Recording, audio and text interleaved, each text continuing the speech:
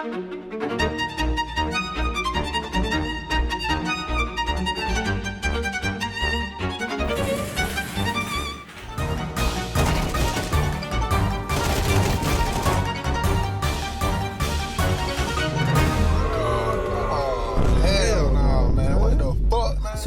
if you've watched some of my videos, you've probably might have figured out that I play video games.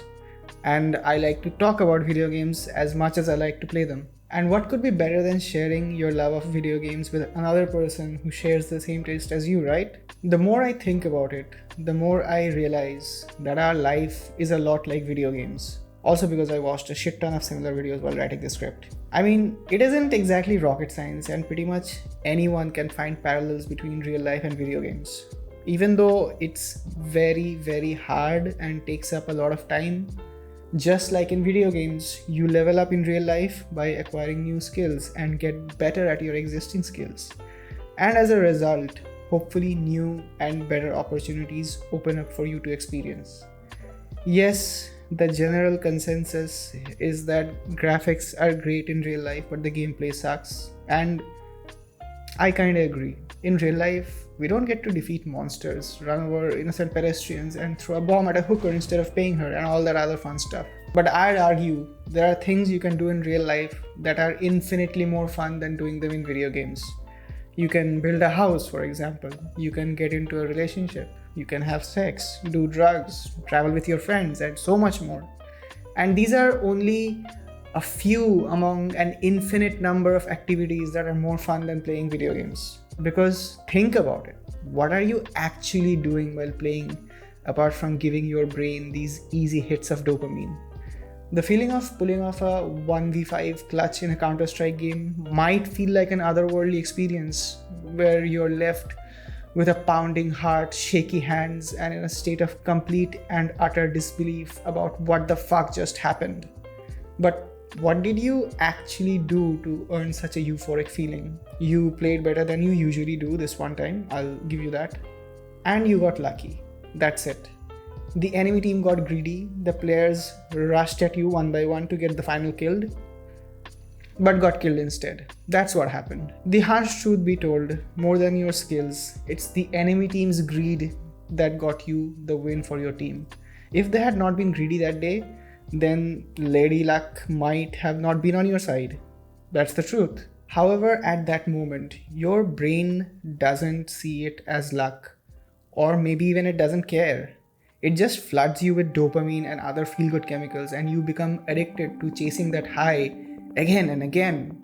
This is why competitive multiplayers are so damn addictive. These games wire your brain to the point where everyday regular activities feel like a waste of time.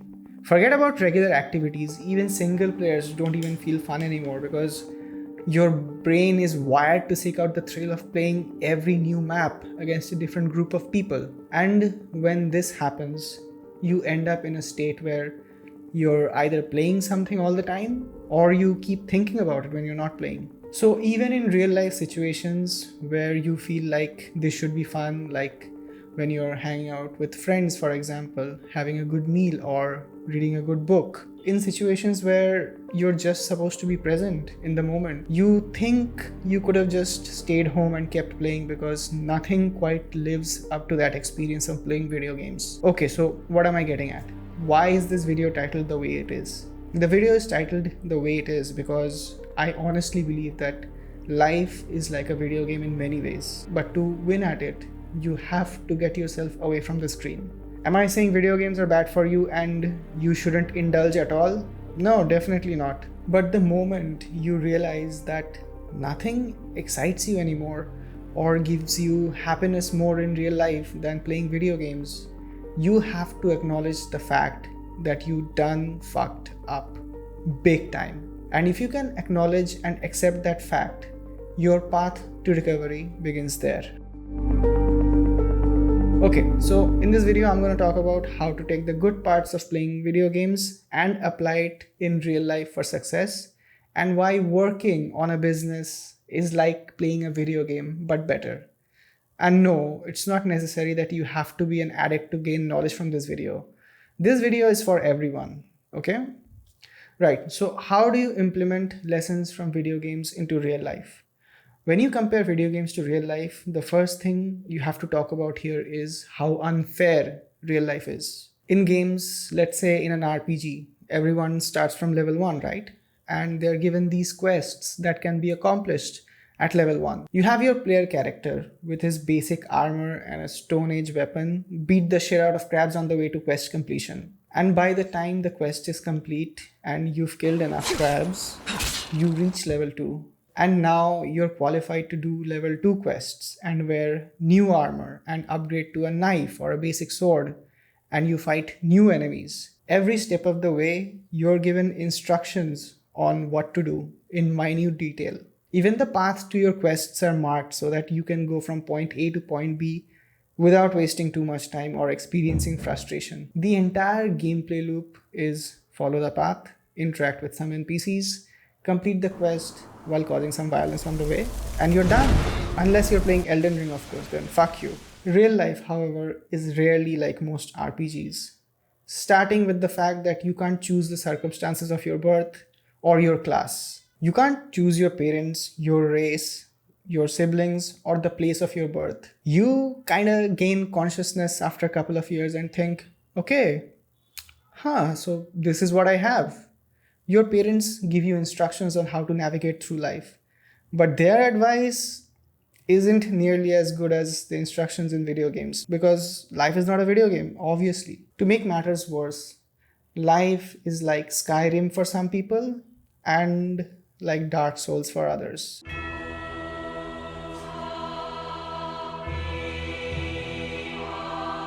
If you're watching this, can afford food, have sound mental and physical health, and have a roof over your head, you're probably in a game like Skyrim, where most of the time you can choose how easy or how hard your life can be. Not by selecting from the options, of course, that's ridiculous, but by investing your time and energy into skills that unlock new opportunities for making connections, earning more money, yada yada yada. It's a slow process, yes, but it's possible. But if you're playing at a Dark Souls level, you're probably a starving kid in Africa, or I don't know, not someone who's watching this video for sure. It's the circumstances of your birth. You never had a choice to begin with. You were dealt a rough hand and you didn't make it. However, for majority of people who are watching this video, you all are in the standard Skyrim or Witcher difficulty level, meaning you're luckier than you think you are. And when you're in a position to play a game by your choice of difficulty level, what you definitely should not do is choose the easiest setting. I'll say that again. When you're in a position to play a game by your choice of difficulty level, what you definitely should not do is choose the easiest setting. If you do that, you're no better than an NPC, a non-playing character. When you become an NPC, you just don't matter to the people around you because you have no ability to positively or negatively impact them in any way, shape, or form.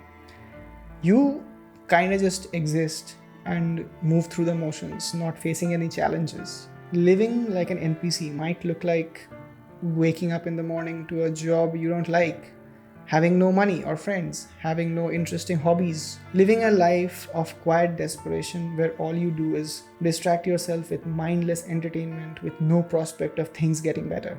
Just like in a video game where you can breeze through the story and all the side quests without even trying, life in easy mode takes you to the end of your days without ever letting you feel accomplished or satisfied with anything you've ever done. Because you haven't accomplished anything. One day in the future, when you're old and you poop in your pants, you realize that life has passed you by and there's no way to rewind the clock. That's the life of an NPC who chooses to engage with life in a reactive mode and doesn't take initiative or action. On the opposite side, you have the main character, the protagonists, the Dragonborns, the Geralt of Rivia's, or this guy who seems dead but kinda not dead. The main character is the one for whom the story is written, the one who takes charge, bosses NPCs around, and finally saves the world from complete annihilation. To become the main character in your game of life, like the Dragonborns or the Geralt of Rivia's, you have to choose to play on the harder settings. even if you have the choice to play in easy mode. Why? Because that's where the fun is, where the good stuff happens. Most gamers don't realize this, but the reason From Software games like Dark Souls, Sekiro, Bloodborne, and Elden Ring are loved by people the world over despite their difficulty is because they are difficult. Playing those games, beating the bosses, gives the players a sense of accomplishment that's hard to find in any other game. So let's say even if you won the genetic lottery, meaning you were born in a rich family, have above average intelligence, and also the good looks to breeze through life, to stop becoming an NPC, you must take the hard road regardless of the circumstances of your birth, just like us peasants. And how do you do that? You take the good parts of video games and apply it in your real life. Good parts like number one, goal setting. Just like in video games, setting clear goals in real life gives us direction and purpose. Identify what you want to achieve, break it down into smaller milestones, and track your progress. Make a habit of achieving your daily goals, which lead you to accomplish monthly goals and then yearly and then life goals. It won't happen overnight and it will get frustrating at times. But you gotta take one step at a time regardless. When you slay the smaller enemies and keep progressing, one day you'll be able to slay the bigger bosses and eventually save the world. Not literally, I mean, come on. I'm just drawing parallels here. Trust me, leveling up in real life and learning actual things feels even better. Number two, getting rewarded. Just as games reward us with achievements, power ups, or unlocking new levels, reward yourself for your real life achievements. Celebrate milestones, treat yourself to something special, and acknowledge the progress you've made. The way I treat myself is by traveling to new places or just places in general because I love it more than anything else. The novelty value you get from traveling is unparalleled, in my opinion, and I think everybody should travel while they can, while they're young and can afford to. Rewards keep you motivated to pursue bigger and bigger goals and eventually help you discover your purpose in life. Number three, learning resilience. The challenges we face in games test our resilience and our adaptability. If you translate that into real life, you end up bouncing from setbacks, learning from failures, and embracing change. You build up a growth mindset that sees challenges as opportunities for growth, not hindrances that must be brushed aside and forgotten. A life is not easy and it's going to kick you to the curb many, many times. But whether you get back up or not after getting kicked is what's going to determine how far you go in the game of life. Number four, learning perseverance. Video games teach us the art of persistence. Remember those tough levels and boss battles that took countless attempts to conquer? Apply the same mindset to real life challenges. Embrace failures as a stepping stone to success and keep trying until you achieve your desired outcome. Okay, I'm probably making this sound too preachy, but hear me out. Unlike video games, life is inherently unfair, and you gotta acknowledge that and push forward regardless. Just like enemies showing up in certain areas in video games indicate you're going in the right direction, obstacles showing up in your life sometimes mean the same thing. There are many things you can learn from video games, like collaboration, competitiveness, strategy, time, and resource management, etc. But I'm pretty sure you know where I'm going with this. The real reason life is more fun than video games is because of one thing: risk. The risk involved when you decide to do something or not do something. Risk is what makes life so much more exciting. In a way, it wouldn't be wrong to say that life is a game of managing risks. Those who are really good at this game are mostly the ones who have played the game long enough, in hard mode mind you, not only to get good at their craft, but also to know which risks are worth taking and which risks aren't. And because of that, they've taken more risks that paid off than those that didn't. Then there are some assholes who are just rich and famous for no reason. But that's just life. It's unfair, like I said. But getting back to the point, if you don't want to spend your life as an NPC, you have to stop waiting for things to happen to you. You have to go out there, take risks, and make things happen. You have to build and create something that offers some value to society for you to get rewarded for it. So, to become a valuable person, you have to obtain high value skills. And to obtain high value skills, you have to stop fucking gaming all the time and consuming media. And one of the best ways to avoid becoming an NPC, in my opinion, is by pursuing entrepreneurship, which puts you in a high risk, high reward situation where you're kind of forced to take action, forced to take calculated risks, or perish. This brings me to my second point, why I think working on a business is like playing a video game but better. With a business, you can get rid of this complaint of reality having good graphics but being boring. In a video game, you go on these quests, level up your character, and complete missions to eventually see the credits roll. However, in the real world, when you work on a business, you step into a real world adventure where the stakes are much higher in terms of both risk and reward. Working on a business is better in a way that it's ever evolving, kind of like a roguelike scenario where you never know how the next run is going to be.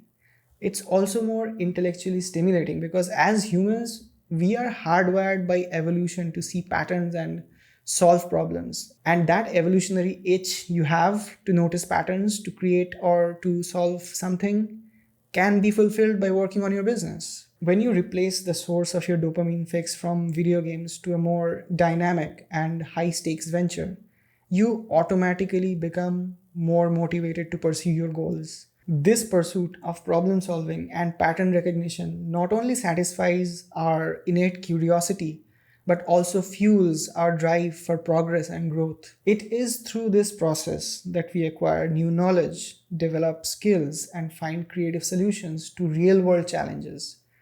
Now, I know that I'm making this sound like all fun and games, but this is merely a perspective I'm asking you to consider. Business is not all fun and games. You're not only responsible for being in control of your livelihood, but also of your employees and your clients. So if you fuck up, a lot could go wrong for a lot of other people who are involved with you. And it's not even a matter of if you fuck up, you will fuck up. That's a guarantee. And when you do, you will lose money and maybe even some relationships and all that time you've spent trying to turn your dreams into reality. But here's another perspective I want you to consider. If you consider your business as not something to be won, but something to be just played for as long as possible, I promise you that things wouldn't look so dire anymore. Business is an infinite game because there is no ultimate winner or endpoint. Unlike a finite game with clear rules and clear winners, business is an ongoing journey of adaptation and evolution. The goal here is not to win, but to sustain and thrive in a constantly changing landscape. So, if your focus shifts from short term gains to long term sustainability and creating lasting value, there will never come a time when you feel that all is lost when you encounter a defeat. You pick yourself up, learn from your mistakes, and get back in the game with newfound knowledge. There'll always be a new area of the map to explore, more monsters to slay, and worlds to save. Adopting this mindset will put you far ahead of others who chase short-term gratification or treat their business as simply a means to an end. Because you're in this for life, whereas they're living for the weekend. Having a business also kind of satisfies the need for socialization that you used to get inside of a video game. Because to succeed in any venture, you're gonna need to go co-op mode and bring other people along. These people can be your partners, your employees, vendors, or anyone who's directly involved with you. But the best part is that in an infinite game, there's no such thing as competition. When you have an online business and are a part of the global economy, you can literally make money without ever taking away business from someone else. And others can do the same for themselves. If you solve a unique problem and you do it better than 90% of the other people out there, you'll actually never run out of clients to serve. This is what the infinite game is all about. You could work with 20 mediocre clients that don't pay well for years, but one day land one client who changes your life. And the rewards you get from succeeding in real life are far beyond what you can achieve in video games. And I'm not only talking about monetary rewards. Even though money is a huge motivator, but the person you become in the process, within the grind of it all and your sacrifices, is something no money in the world can buy. And this could all happen to you the day you decide to put the controller down and choose the life of the main character rather than an NPC. Okay, I think I've tried to convince you enough, and you probably think I'm just pretending to be a gamer when in reality I'm just a hater. I'm not. I now just have better gaming habits than I used to back in my childhood and late teens and early 20s. I'm also not saying that you can't play video games ever. You can play whatever you want as long as you do it with intent and not as some form of escapism. Look, all I'm saying is that life is all around you. And if you only choose to stay in your home all day with your gaze fixed at the screen in front of you, you're going to miss out on the best things this world and our human experience has to offer.